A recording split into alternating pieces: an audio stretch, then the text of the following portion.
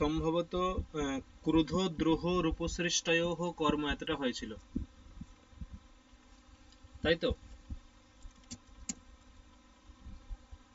ক্রুধ দ্রোহ রূপসৃষ্টয়োঃ কর্ম এই পর্যন্ত হয়েছিল আমার যা মনে পড়ছে। দেখো হ্যাঁ স্যার।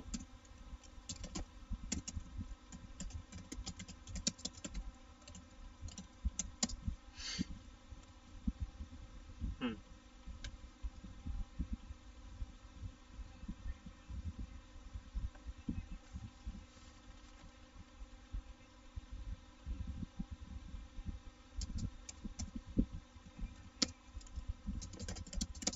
পরবর্তী সূত্র, ঠিক আছে? স্যার নমস্বস্তিটাও হয়েছিল। হ্যাঁ, ওটা আমি শেষের দিকে করিয়েছিলাম একটা, ওটা যদিও সূত্রটা শেষের দিকে আছে, ওটা আমি করিয়েছিলাম এমনি।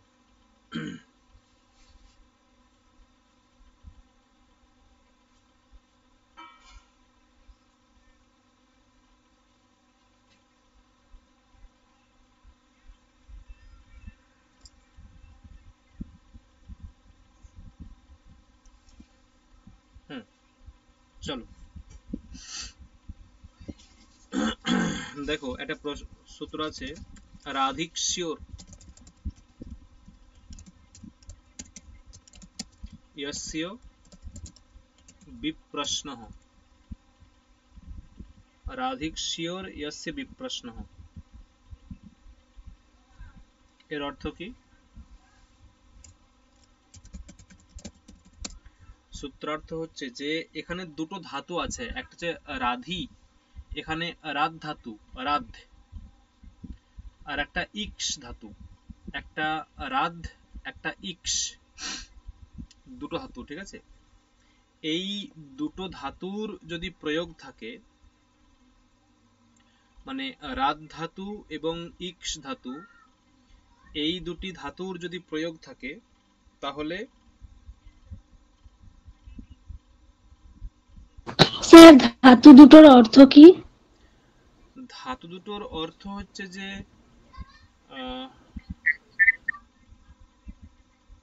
সম্ভবত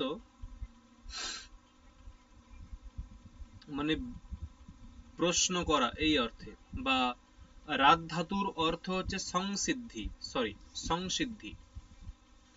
রাধ মানে এর ধাতু পাঠ আছে সংসিদ্ধি,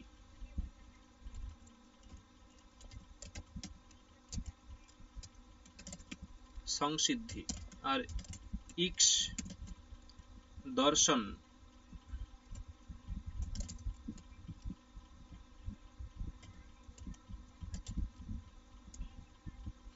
দর্শন প্লাস অঙ্কন, ঠিক আছে? এটা দর্শন প্লাস অঙ্কন। না, সূত্রার্থ কি? রাধ ধাতু ও ইক্স ধাতুর প্রয়োগে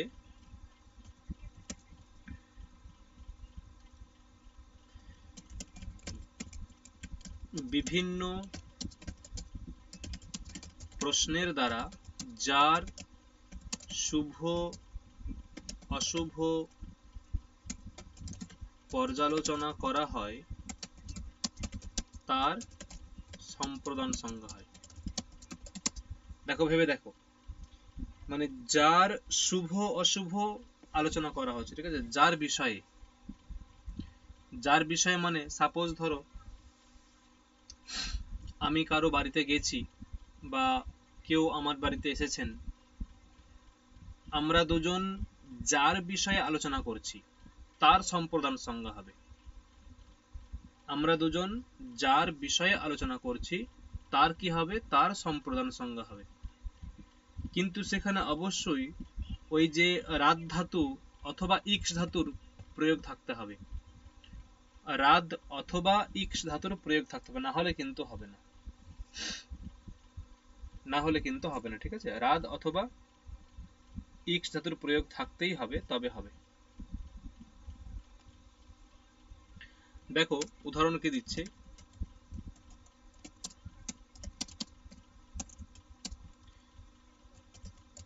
গর্গः কৃষ্ণায় রাধ্যতি অথবা গর্গः কৃষ্ণায় ঈক্ষতে। গর্গः কৃষ্ণায় রাধ্যতি অথবা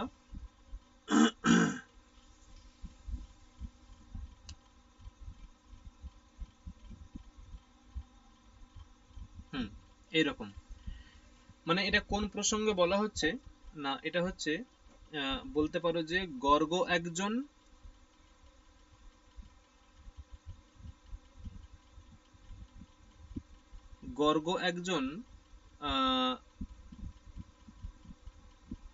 জ্যোতির্বিদ। গর্গ একজন জ্যোতির্বিদ, ঠিক আছে। এখন কৃষ্ণের সময় কিরকম যাবে, কৃষ্ণের সময় কিরকম যাবে এই নিয়ে গর্গকে প্রশ্ন করা হয়েছে, যে কৃষ্ণের সময় কিরকম যাবে এই নিয়ে, মানে কৃষ্ণের সময়কাল কিরকম যাবে, কৃষ্ণের শুভ অশুভ পর্যালোচনা করার জন্য বলতে বলা হয়েছে। তখন গর্গ যিনি জ্যোতির্বিদ তিনি কৃষ্ণের বিষয়ে আলোচনা করছেন, মানে কৃষ্ণের শুভ অশুভ আলোচনা করছেন, এইটা হচ্ছে বক্তব্য। তাই যে গর্গঃ কৃষ্ণায় রাধ্যতি বা গর্গঃ কৃষ্ণায় ঈক্ষতে, এখানে ঈক্ষ ধাতু বা রাধ ধাতুর অর্থ হচ্ছে যে পর্যালোচনা করা। এখানে ঈক্ষ বা রাধ ধাতুর অর্থ পর্যালোচনা করা, ঠিক আছে।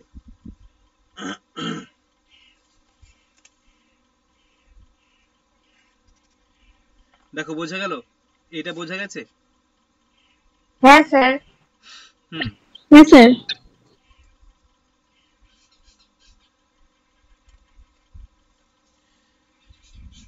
দেখো পরবর্তী সূত্র একটা আছে যে প্রত্যংভ্যাং শ্রবঃ পূর্বস্য কর্তা।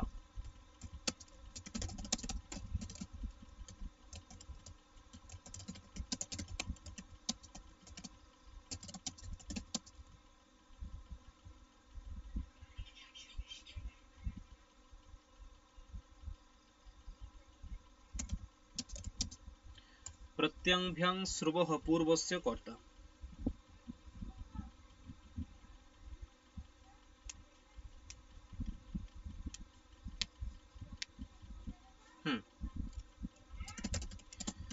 এখানে দুটো উপসর্গ আছে, একটা হচ্ছে প্রতি আর একটা হচ্ছে আ। প্রতি এবং আ দুটো উপসর্গ আছে, ঠিক আছে। এখন এই যে প্রতি এবং আ আর ধাতু হচ্ছে শ্রুবহ, মানে শ্রু ধাতু। ধাতু হলো শ্রু ধাতু। একটা হচ্ছে দুটো উপসর্গ প্রতি এবং আ, আর একটা ধাতু হলো শ্রু ধাতু। শ্রুবহ মানে শ্রু ধাতোহ, শ্রুবহ মানে শ্রু ধাতোহ। অর্থাৎ যে শ্রু ধাতু তার পূর্বে যদি প্রতি অথবা আ এই উপসর্গ থাকে, মানে প্রতি অথবা আ, প্রতি অথবা আ এই দুটো উপসর্গ যদি থাকে, ঠিক আছে, প্রতি অথবা আ পূর্বক শ্রু ধাতু যে প্রযোজক কর্তা হবে, প্রযোজক কর্তা তার সম্প্রদান সংজ্ঞা হয়। কিরকম না, অর্থ লিখে আগে, যে প্রতিপূর্বক এবং আপূর্বক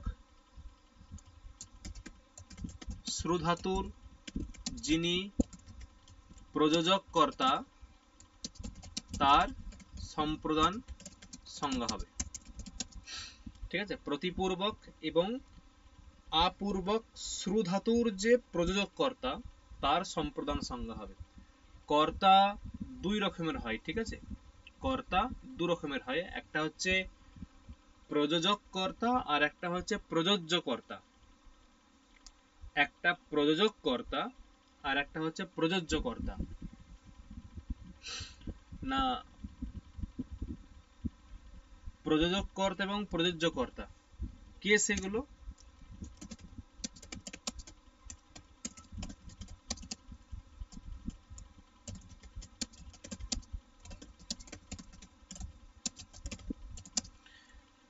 প্রযোজক কর্তা কে? প্রযোজক কর্তা হচ্ছে, ধরো বলা হলো যে মাতা পুত্রকে বাজারে পাঠাচ্ছে, মাতা পুত্রকে বাজারে পাঠাচ্ছে। তাহলে এখানে পুত্র বাজারে গমন করছে বা বাজারে যাচ্ছে, পুত্র বাজারে যাচ্ছে, ঠিক আছে?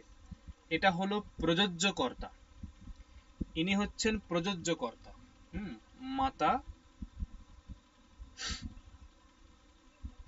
মাতা পুত্রকে বাজারে পাঠাচ্ছেন, পুত্র হচ্ছে প্রযোজ্য কর্তা। আর প্রযোজ্য কর্তাকে যিনি প্রেরণ করেন, প্রযোজ্য কর্তাকে যিনি প্রেরণ করেন তিনি হচ্ছেন প্রযোজক কর্তা, ঠিক আছে? তিনি হলেন প্রযোজক কর্তা। তাহলে যে প্রযোজক কর্তা তাতে তার সম্প্রদান সংজ্ঞা হবে, ঠিক আছে? যে প্রযোজক কর্তা তার সম্প্রদান সংজ্ঞা হবে। এখানে পূর্বস্বীয় কর্তা বলতে কি বলা হয়েছে না, পূর্বস্বীয় কর্তা মিন্স যে প্রযোজক কর্তা তার। দেখো সূত্রতে বলা হয়েছে যে পূর্বস্বীয় কর্তা, তার মানে যে প্রযোজক কর্তা তার সম্প্রদান সংজ্ঞা হবে, ঠিক আছে? মানে পূর্বস্বীয় বলতে প্রযোজক কর্তা। আচ্ছা, 1 মিনিট।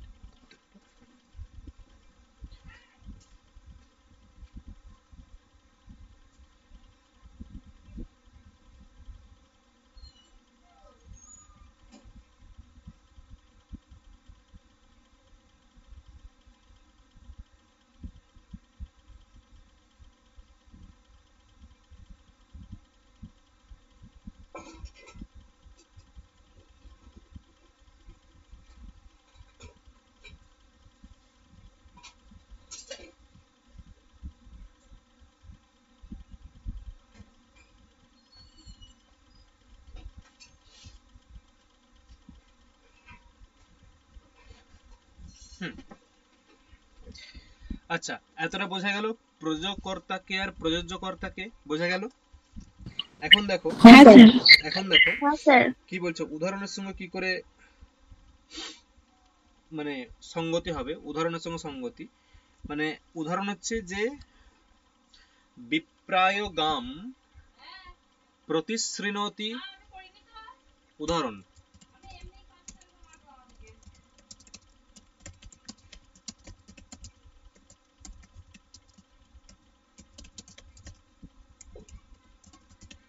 বিপ্রায় গাম প্রতিশৃণোতি অথবা আশৃণোতি, এটা হচ্ছে উদাহরণ। বিপ্রায় গাম প্রতিশৃণোতি অথবা আশৃণোতি, মানে এটা কেন বলছে এরকম? এটা বক্তব্য হচ্ছে যে বিপ্র প্রথমে গরু চেয়েছে, ঠিক আছে? মানে বিপ্র মানে ব্রাহ্মণ, সে প্রথমে গরু চেয়েছে, তখন দেবদত্ত তাকে গরু দেবে বলে প্রতিশ্রুতি দিচ্ছে। কি বললাম? বিপ্র প্রথমে গরু, বিপ্র মানে ব্রাহ্মণ, সে প্রথমে গরু চেয়েছে, আর তখন দেবদত্ত তাকে গরু দেবে বলে এই প্রতিশ্রুতি দিচ্ছে। তাহলে বিপ্র প্রথমে গরু চেয়েছে, তাই সে বিপ্র, ঠিক আছে, পূর্ব যে ব্যাপার মানে প্রবর্তনা ব্যাপারের কর্তা, প্রযোজক কর্তা। মানে বক্তব্য কি? বক্তব্য হচ্ছে যে এটাই যে বিপ্র প্রথমে গরু চাইল, তারপরে দেবদত্ত তাকে গরু দেবে বলে প্রতিশ্রুতি দিল। মানে দেবদত্ত, দেখো এখানে বুঝতে হবে যে মাতা পুত্রকে বাজারে পাঠাচ্ছে, মাতা পুত্রকে বাজারে পাঠাচ্ছে, ঠিক আছে? মানে পুত্র কখন বাজারে গেল? পুত্র কখন বাজারে গেল? মা পাঠানোর পরে। দেবদত্ত কখন প্রতিশ্রুতি দিল? দেবদত্ত কখন প্রতিশ্রুতি দিল? তখন ব্রাহ্মণ গরু চেয়েছিল, মানে বিপ্র। ব্রাহ্মণ যখন গরু চেয়েছে তখন, তো ব্রাহ্মণ যখন, মানে ব্রাহ্মণ প্রথমে প্রবর্তনা দিয়েছে, মানে ব্রাহ্মণ প্রথমে গরু দেওয়ার জন্য প্রবর্তনা দিয়েছে, তাই না? ভেবে দেখো, ব্রাহ্মণ প্রথমে গরু দেওয়ার জন্য প্রবর্তনা দিয়েছে। মা যেমন প্রথমে বাজারে যাওয়ার জন্য পুত্রকে প্রবর্তনা দিল, মা যেমন প্রথমে বাজারে যাওয়ার জন্য পুত্রকে প্রবর্তনা দিল, তেমনি তেমনি ব্রাহ্মণ প্রথমে প্রবর্তনা দিল। ঠিক আছে, ব্রাহ্মণ প্রথমে প্রবর্তনা দিল, যে কি প্রবর্তনা না গরু দিতে হবে বা গরু লাগবে, এইরকম প্রবর্তনা দিল। এই প্রবর্তনা পাওয়ার পরে দেবদত্ত প্রতিশ্রুতি দিল যে ঠিক আছে গরু দেব, প্রতিশ্রুতি দিল। তাহলে এখানে এই যে প্রতিশ্রুতি দেওয়ার কর্তা হচ্ছে কে? প্রতিশ্রুতি দেওয়ার কর্তা কে? প্রযোজ্য প্রযোজ্য দেবদত্ত। দেবদত্ত, যে কিনা প্রযোজ্য কর্তা। আর দেবদত্তকে প্রবর্তনা দিচ্ছে কে? দেবদত্ত ব্রাহ্মণ প্রায় প্রযোজক কর্তা ব্রাহ্মণ, তাহলে সে কি কর্তা? প্রযোজক কর্তা প্রযোজক কর্তা। দেখো এবার বোঝা গেল ব্যাপারটা কি করে হলো। হ্যাঁ এখানে স্যার। হ্যাঁ স্যার প্রতি এবং আ দুটোই এখানে আছে, প্রতিপূর্বক আপূর্বক শ্রী ধাতু আছে। এই দুটোর প্রয়োগে যে প্রযোজক কর্তা মানে বিপ্র, সেখানে সম্প্রদান সংজ্ঞা হয়েছে এবং সম্প্রদান সংজ্ঞা হওয়ার পরে চতুর্থী হয়েছে। ঠিক আছে, প্রথমে সম্প্রদান সংজ্ঞা হয়েছে, তারপরে চতুর্থী হয়েছে।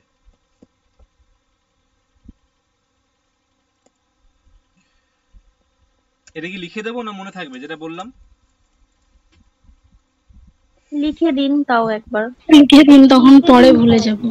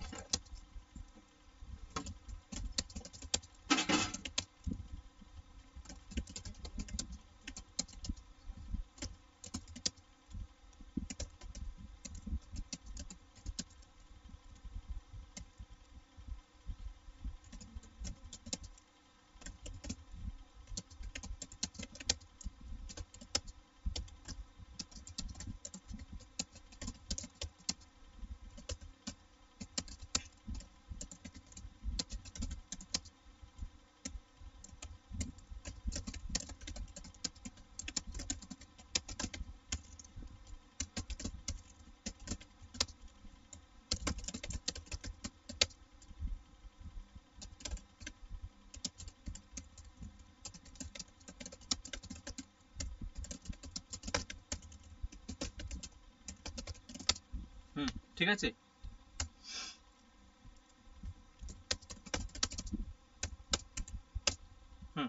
পরবর্তী সূত্র কি? পরবর্তী সূত্র হচ্ছে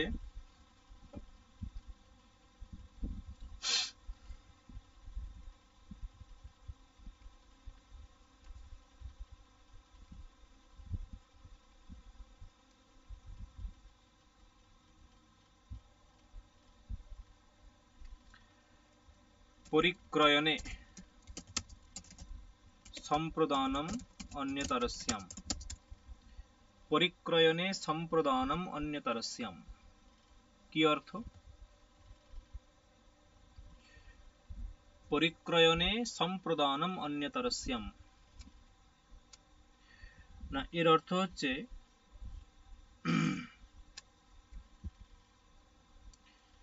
যে, শোনা যাচ্ছে আমার কথা? হ্যালো, আমার কথা শোনা যাচ্ছে? হ্যাঁ স্যার। হুম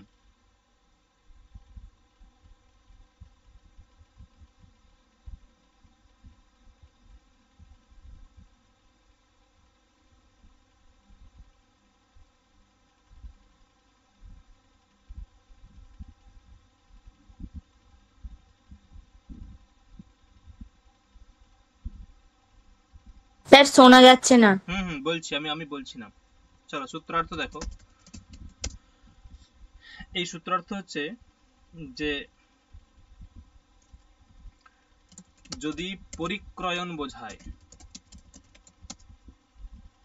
যদি পরিক্রয়ণ বোঝায় তাহলে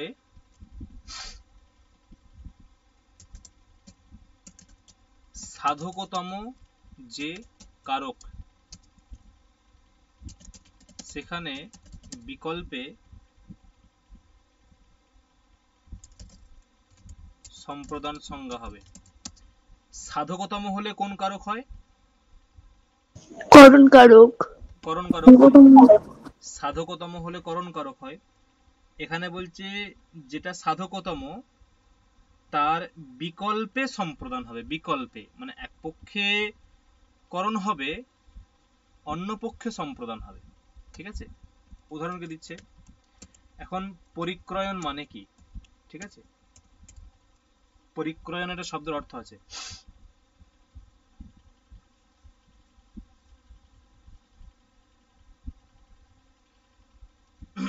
উদাহরণ দেখো, শতেন শতায় বা পরিকৃতঃ। অর্থাৎ ধরো তোমাকে জিজ্ঞাসা করা হলো যে একটা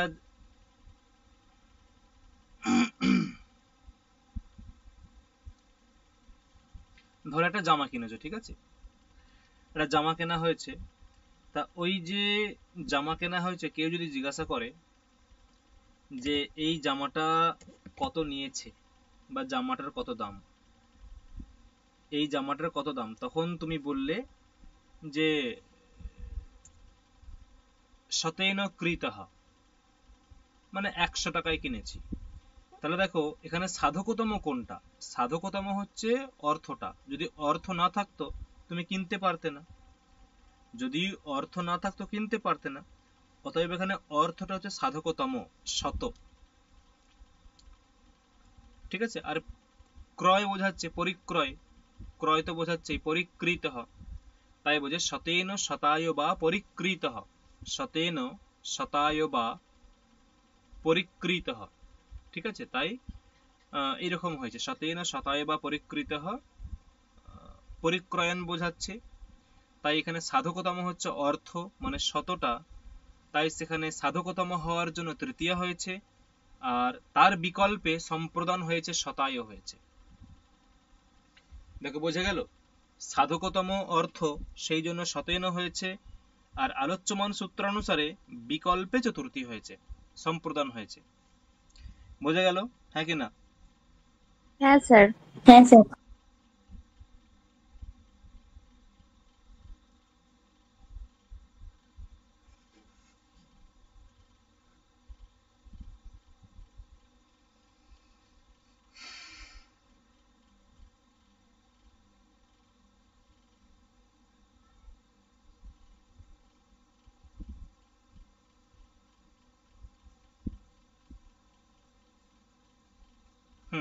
দেখো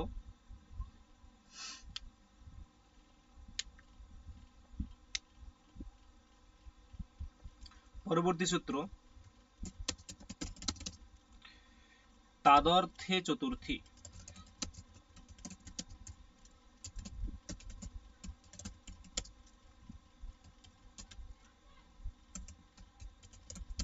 উপকার্য উপকারক সম্বন্ধ বোঝালে, উপকার্য উপকারক সম্বন্ধ বোঝালে উপকার্যে চতুর্থী হবে। কি বললাম? উপকার্য উপকারক সম্বন্ধ বোঝালে যে উপকার্য তাতে চতুর্থী হবে না। কিরকম ব্যাপারটা? উপকার্য কাকে বলে, উপকারক কাকে বলে? মানে যে উপকৃত হয় সে হয় উপকার্য, আর যিনি উপকার করেন, উপকার যিনি করেন তিনি হচ্ছেন উপকারক। ধরো আমি বললাম যে রাম শ্যামকে 100 টাকা দিয়েছে বিপদের সময়ে। রাম শ্যামকে 100 টাকা দিয়েছে বিপদের সময়। তাহলে এখানে কে উপকার্য কে উপকারক? রাম উপকারক আর শ্যাম উপকার্য। রাম হচ্ছে উপকারক, রাম দিয়েছে, রাম উপকার করছে, রাম উপকার করছে, তাই রাম উপকারক। আর শ্যাম হলো উপকার্য, যে উপকারটা গ্রহণ করে সে হচ্ছে উপকার্য। এইরকম সম্বন্ধ বোঝালে উপকার্যে চতুর্থী হয়। ঠিক আছে, উদাহরণ কি আছে?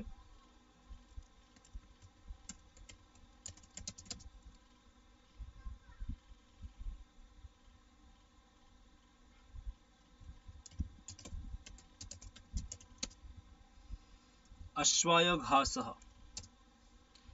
দেখো আমি ঘাস নিয়ে যাচ্ছি, ঠিক আছে, অশ্বকে দেওয়ার জন্য। ঘাস নিয়ে যাচ্ছি অশ্বকে দেওয়ার জন্য।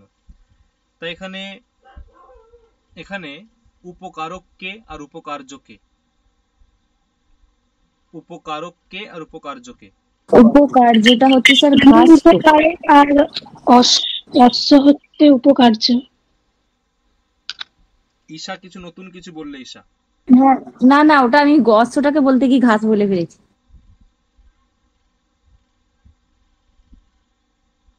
এ হচ্ছে ঘোড়াটা তো উপকার পাচ্ছে, তাহলে ও তো হবে উপকার্য।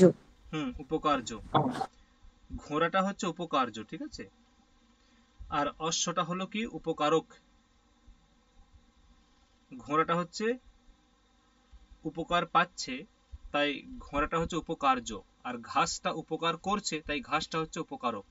তাই দেখো উপকার্যে চতুর্থী হয়েছে। ধরো আরো বললাম,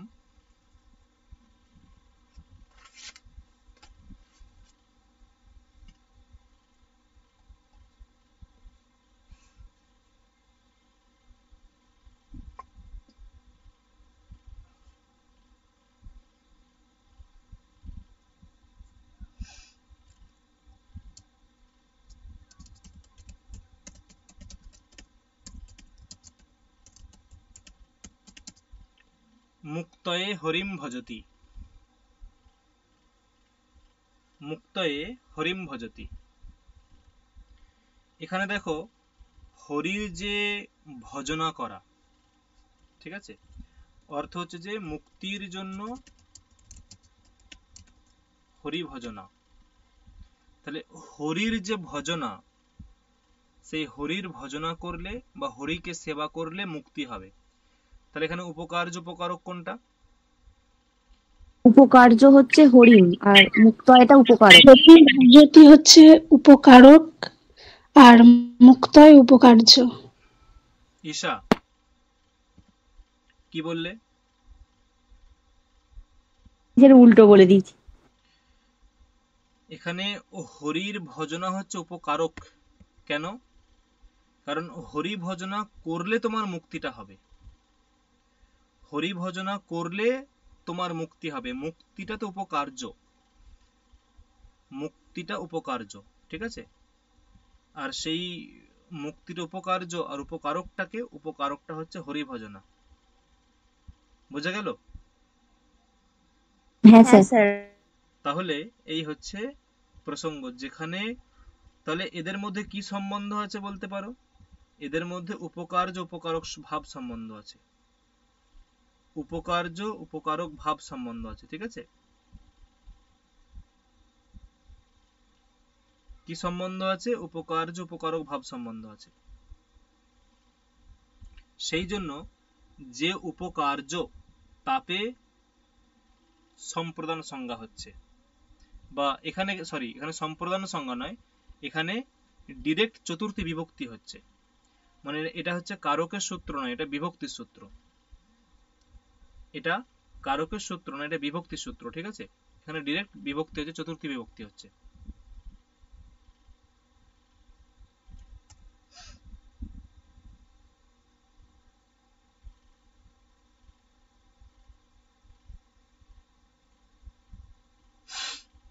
আচ্ছা, পরবর্তী দেখো। এখন এরকম অনেক আছে। ধরো এরকম বলা হলো যে হারায় সুবর্ণম, মানে কেউ সোনা কিনেছে, কেন না হার তৈরি করবে বলে। হার তৈরি করবে, গলার যে হার, নেকলেস, সেই নেকলেস তৈরি করার জন্য সুবর্ণ কিনেছে, সোনা কিনেছে। তাহলে সুবর্ণটা হচ্ছে উপকারক, হারটা হচ্ছে উপকার্য, তাই চতুর্থী হয়েছে হারায়। বা এইরকম হচ্ছে অর্থ। পরে পরবর্তী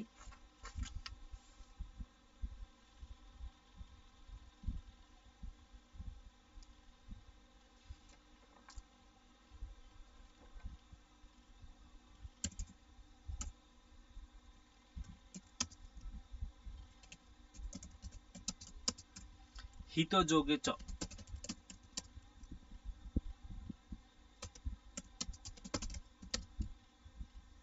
কি অর্থ না হিতযোগে চতুর্থী হবে, ঠিক আছে,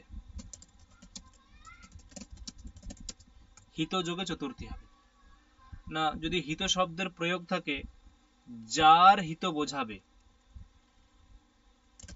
স্যার হিত মানে উপকার। উপকার মানে ভালো মঙ্গল, ঠিক আছে।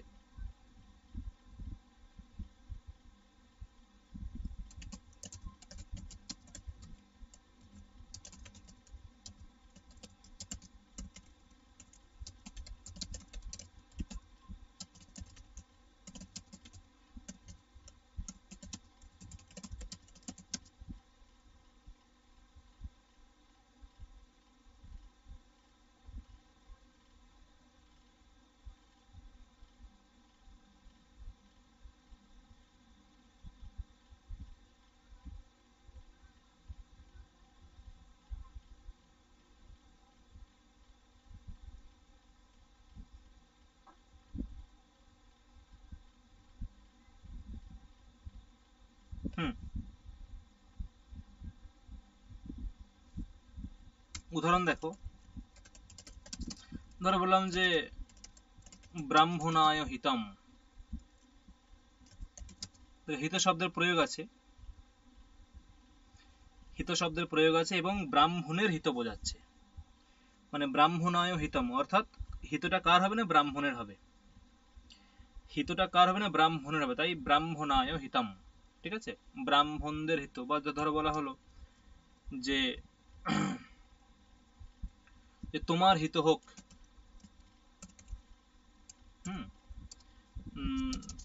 তে হিতম, তোমার হিত হোক, ঠিক আছে, তে মানে তোমার, বা তস্মৈ হিতম, তস্মৈ হিতম, এরকম হিত শব্দের প্রয়োগে, বা তার হিত হোক, তস্মৈ হিতম, তার হিত হোক, হিত শব্দের প্রয়োগে যার হিত বোঝাবে সেখানে হবে চতুর্থী বিভক্তি, যার হিত বোঝাবে স্যার সেখানে। তাহলে ব্রাহ্মণ, ব্রাহ্মণ শব্দটাতে হিত হবে, তাই তো? হ্যাঁ, ব্রাহ্মণ শব্দ এখানে চতুর্থী হয়েছে, ঠিক আছে, ব্রাহ্মণ শব্দ চতুর্থী হয়েছে, বোঝা গেল? হ্যাঁ স্যার। নেক্সট,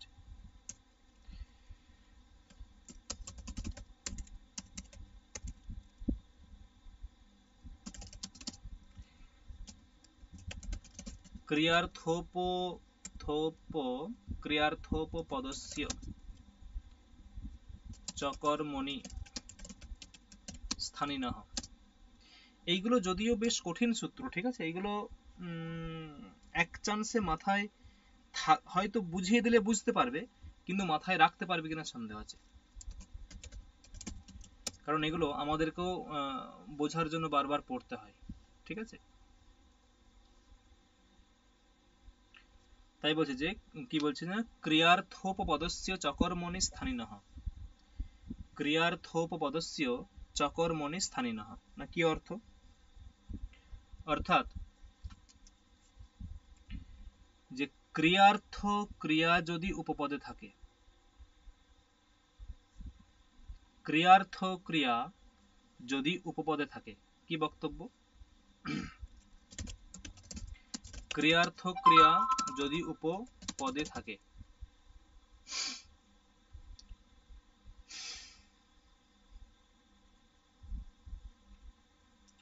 বা উপপদে, ক্রিয়ার্থ ক্রিয়াটা কি? বলছি বুঝিয়ে দেব, আগে লিখি এটা। ক্রিয়ার্থ ক্রিয়া উপপদে যার, সেই তুমনন্ত পদের,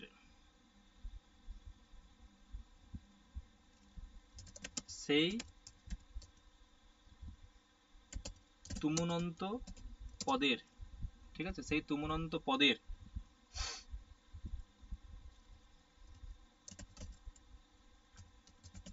অপ্রয়োগে বা অপ্রয়োগ নয়, অপ্রয়োগ হলেও, ঠিক আছে, অপ্রয়োগ হলে অর্থাৎ তুমনন্ত পদ যদি উহ্য থাকে তাহলে তার কর্মে চতুর্থী হবে, তার কর্মে চতুর্থী হবে, ঠিক আছে। ক্রিয়ার্থ ক্রিয়া,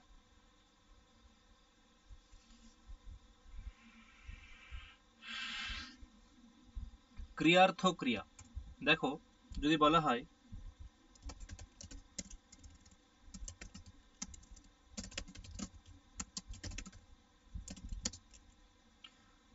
যে ভোজনের জন্য ভোজনালয়ে যাচ্ছি, ভোজনের জন্য ভোজনালয়ে যাচ্ছি, ঠিক আছে, ভোজনের জন্য ভোজনালয়ে যাচ্ছি।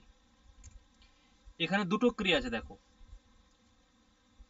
এখানে দুটো ক্রিয়া আছে, ঠিক আছে। কি কি ক্রিয়া আছে? যাচ্ছিটা তো একটা ক্রিয়া, আর একটা ক্রিয়া কি? ভোজনের জন্য। ভোজনের ভোজনের জন্য।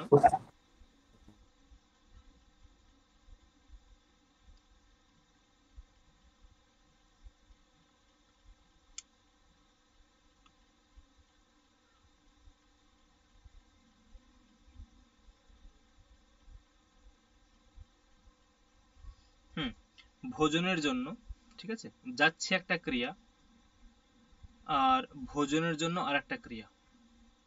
এখন বক্তব্য দেখো,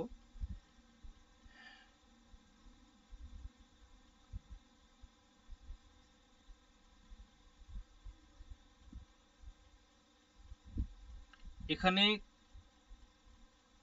ক্রিয়ার্থ ক্রিয়া কোনটা? এই যে ভোজনের জন্য, এটা হচ্ছে ক্রিয়ার্থ ক্রিয়া, মানে যার জন্য যাচ্ছি সেটা হয় ক্রিয়ার্থ ক্রিয়া। মানে যাচ্ছি, যাচ্ছি কেন যাচ্ছি? যাচ্ছি কেন যাচ্ছি? ভোজনের জন্য, ঠিক আছে।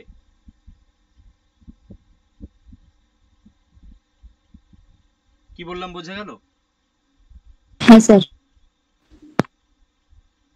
আর একটা স্যার উদাহরণ দিন। ভুল বললাম, সরি ভুল বললাম। এখানে যাচ্ছি এটা হচ্ছে ক্রিয়ার্থ ক্রিয়া হবে, মানে যাচ্ছি, ঠিক আছে, মানে একটা ক্রিয়ার জন্য আর একটা ক্রিয়া, ঠিক আছে। দেখো লিখে দিচ্ছি,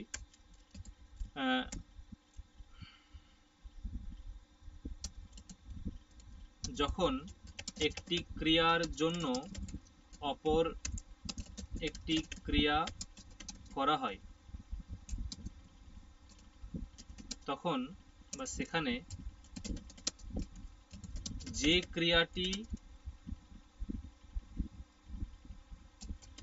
করা হয় সেটা হয় ক্রিয়ার্থ ক্রিয়া, ঠিক আছে। একটি ক্রিয়ার জন্য কি বললাম? যখন একটি ক্রিয়ার জন্য বা একটি ক্রিয়ার সিদ্ধির জন্য, যখন একটি ক্রিয়ার সিদ্ধির জন্য অপর একটি ক্রিয়া করা হয় সেখানে যে ক্রিয়াটি করা হয় সেটা হয় ক্রিয়ার্থ ক্রিয়া।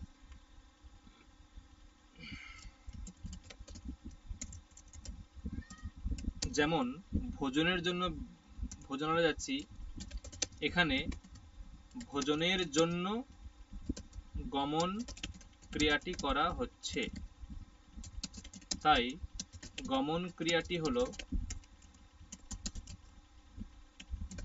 ক্রিয়ার্থ ক্রিয়া। দেখো বোঝা গেল?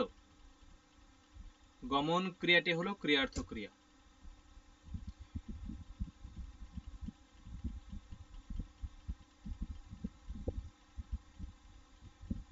মানে যে ক্রিয়াটার জন্য আর একটা ক্রিয়া করা হয়, কোন ক্রিয়াটার জন্য আর একটা ক্রিয়া করা হচ্ছে না? ভোজন ক্রিয়ার জন্য গমন ক্রিয়া করা হচ্ছে, তাহলে যে ক্রিয়াটা করা হয় গমন ক্রিয়াটা করা হচ্ছে, এখানে গমন ক্রিয়াটা হচ্ছে ক্রিয়ার্থ ক্রিয়া। বোঝা গেল হ্যাঁ কিনা? হ্যাঁ স্যার। হ্যাঁ স্যার। তাহলে গমন ক্রিয়ার জন্য এখানে ভোজন ক্রিয়া করা হচ্ছে, ভোজন ক্রিয়ার জন্য গমন ক্রিয়া করা হচ্ছে, তাই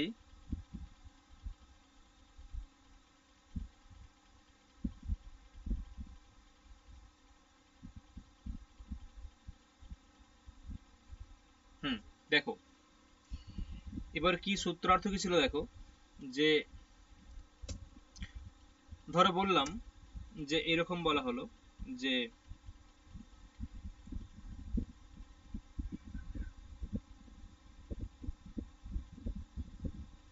ধরো বলা হলো, উদাহরণ দিলাম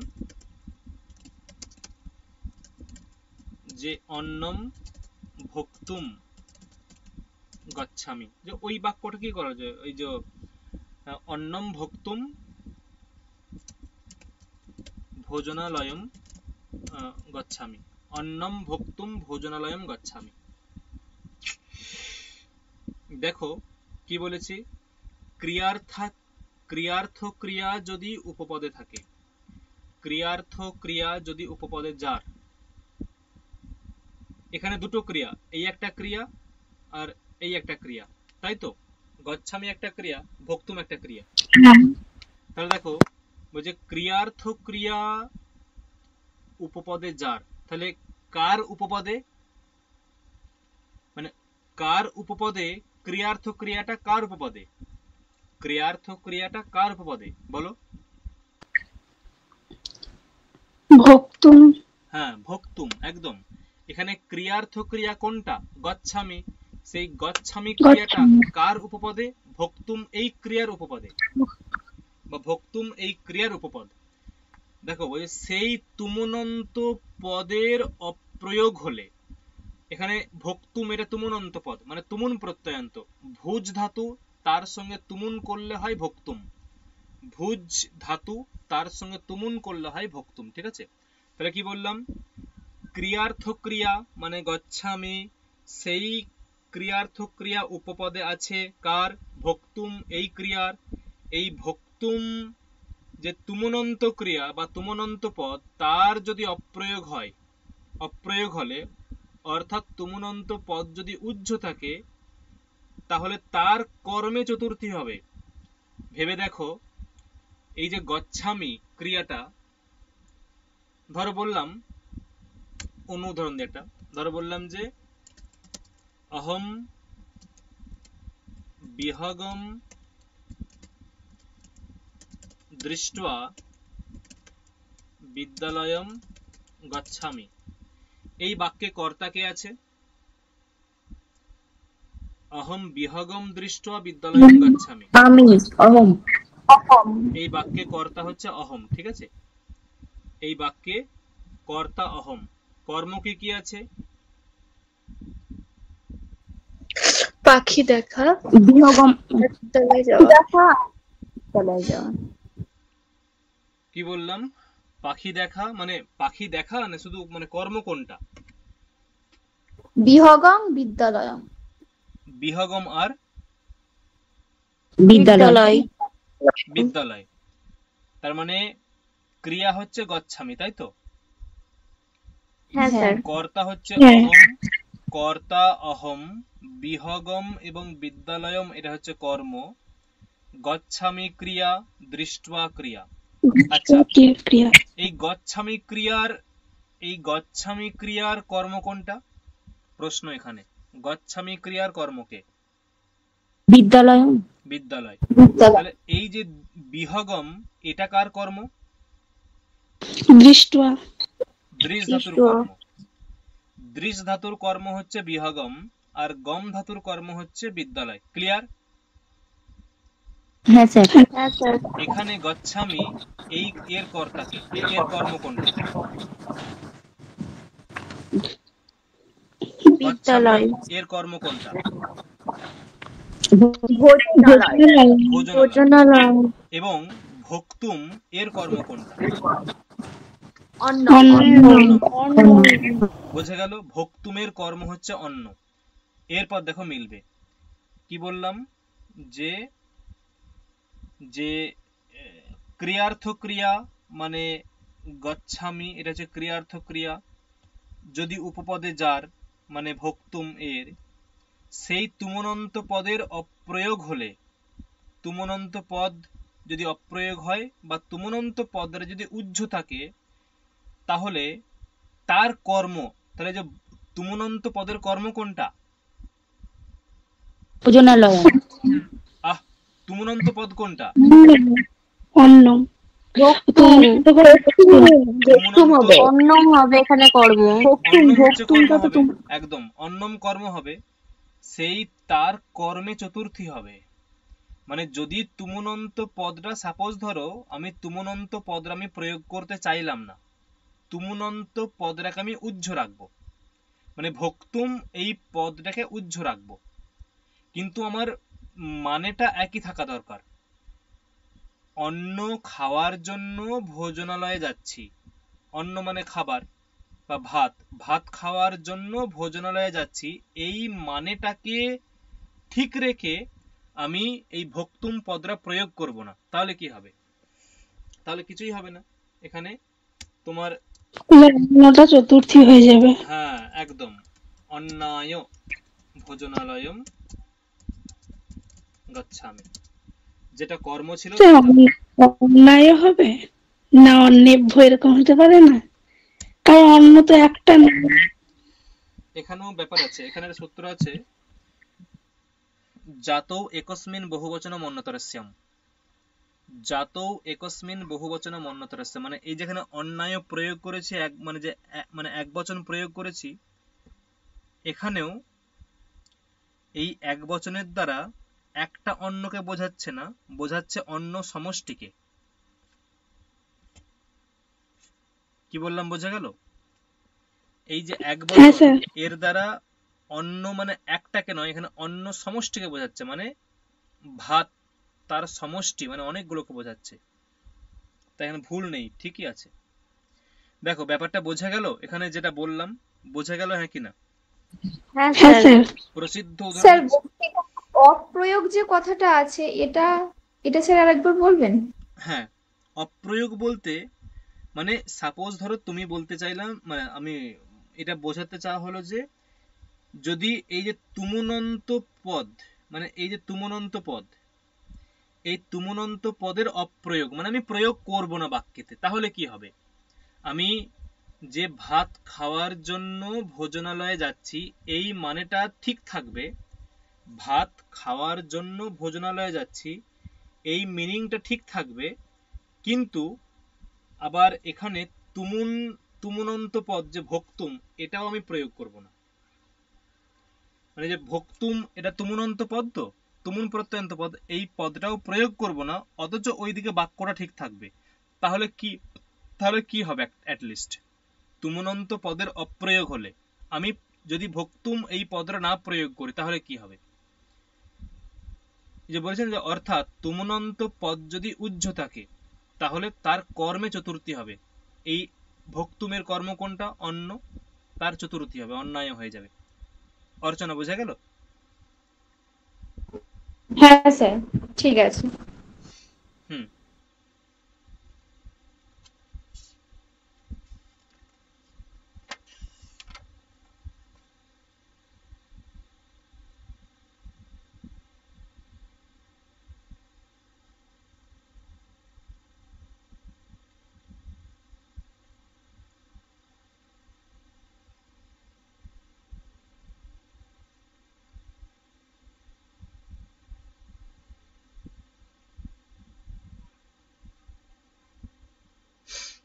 হুম।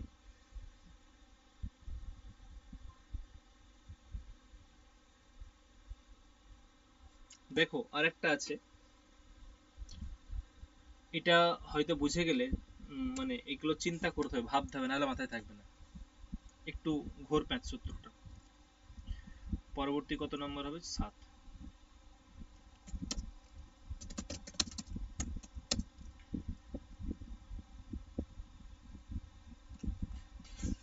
তুমর্থাচ্চ ভাববচনাৎ, তুমর্থাচ্চ ভাববচনাৎ,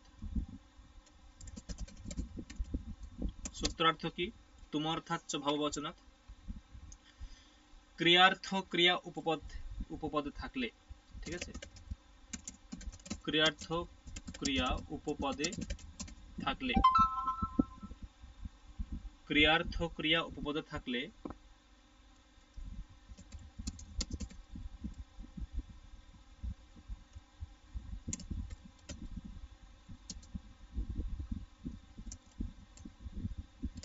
তুমুন্নন্ত পদের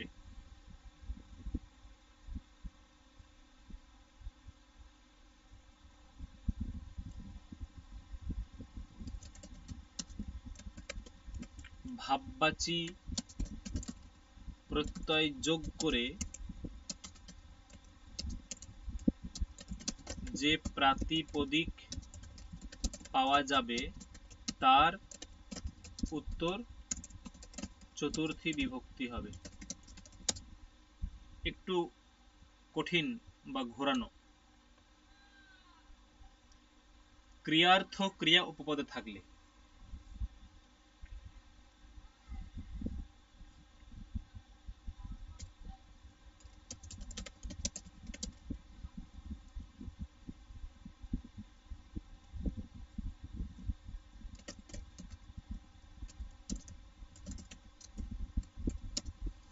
সেখানে যদি তুমুন্নন্ত পদের অপ্রয়োগের ইচ্ছা হয়, তাহলে সেই তুমুন্নন্ত পদের সঙ্গে ভাববাচী প্রত্যয় যোগ করে যে প্রাতিপদিক পাওয়া যাবে তার উত্তর চতুর্থী বিভক্তি হবে। ধরে বললাম উদাহরণ,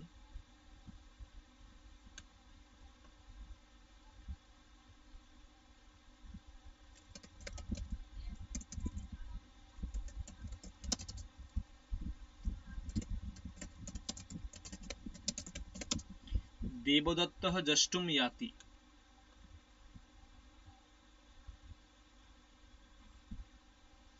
দেবদত্তः যষ্টুম ইয়াতি, যষ্টুম মানে যাগ করার জন্য।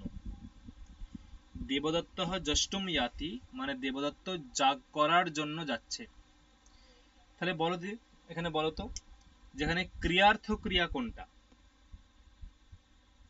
জাতি। ইয়াতি, জাতি নয় ইয়াতি, ঠিক আছে, ইয়াতি। তাহলে ক্রিয়ার্থ ক্রিয়া হচ্ছে ইয়াতি। এই ক্রিয়ার্থ ক্রিয়াটা উপপদে কার আছে? কার উপপদে আছে? যষ্টুম। যষ্টুম। ক্রিয়ার্থ ক্রিয়া উপপদে যার বা উপপদে থাকলে সেখানে যদি তুমুন্নন্ত পদের অপ্রয়োগের ইচ্ছা হয়, এখানে তুমুন্নন্ত পদ কোনটা? যষ্টুম। যষ্টুম। সেখানে যদি তুমুন্নন্ত পদের অপ্রয়োগের ইচ্ছা হয় তাহলে সেই তুমুন্নন্ত পদের সঙ্গে ভাববাচী প্রত্যয় যোগ করে, ভাববাচী মানে একটা ভাববাচী প্রত্যয় মানে ঘই। এখানে এখানে ধাতু কি? যষ্টুম, এটার মূল ধাতুটা কি? জজ, মানে ওই যাগযজ্ঞ করা এরকম নাকি? ইয়াজতে এরকম। তাহলে ভাববাচী প্রত্যয় বলতে ঘই, ঘই হচ্ছে ভাববাচী প্রত্যয়। এর সঙ্গে ঘই করলাম, রূপটা হবে ইয়াগো, মানে ইয়জ ধাতুর সঙ্গে ঘই করলে হয় ইয়াগো। দেখো তাহলে কি হলো? ক্রিয়ার্থ ক্রিয়া উপপদে থাকলে ক্রিয়ার্থ ক্রিয়া ইয়াতি, সেটা উপপদে আছে কার? যষ্টুম। সেখানে যদি তুমুন্নন্ত পদের অপ্রয়োগের ইচ্ছা হয়, তুমুন্নন্ত পদ মানে যষ্টুম, তার অপ্রয়োগের ইচ্ছা হয়, তাহলে সেই তুমুন্নন্ত পদের সঙ্গে, সেই তুমুন্নন্ত পদ মানে যষ্টুম এর সঙ্গে ভাববাচী প্রত্যয় যোগ করে, এ যোগ করেছি যজ যুক্ত ঘই যে জাগো হয়েছে, যে প্রাতিপদিক পাওয়া যাবে, মানে প্রাতিপদিক হচ্ছে জাগ, এটা এটা প্রাতিপদিক।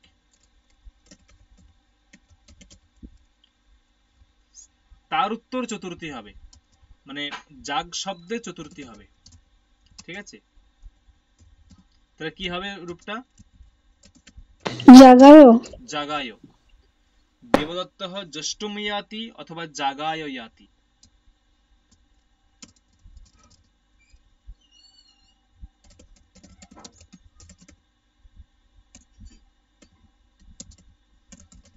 এটাও ঠিক। অথবা আমি তুমুন্নন্ত পদের অপ্রয়োগ করব, তাহলে কি হবে? দেবদত্ত ইয়াগায় ইয়াতি।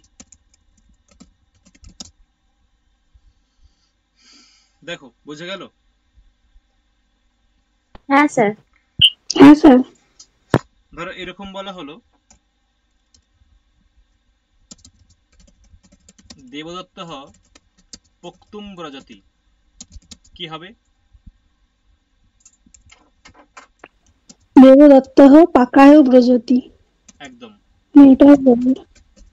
দেবদত্ত পাকায় ব্রজতি। তাহলে এই যে পাকায় বা জাগায়, এইগুলো যে চতুর্থী হচ্ছে, এগুলো কোন সূত্র দিয়ে হচ্ছে? এইগুলো সব তুমুর ধাচ্য ভাববচন।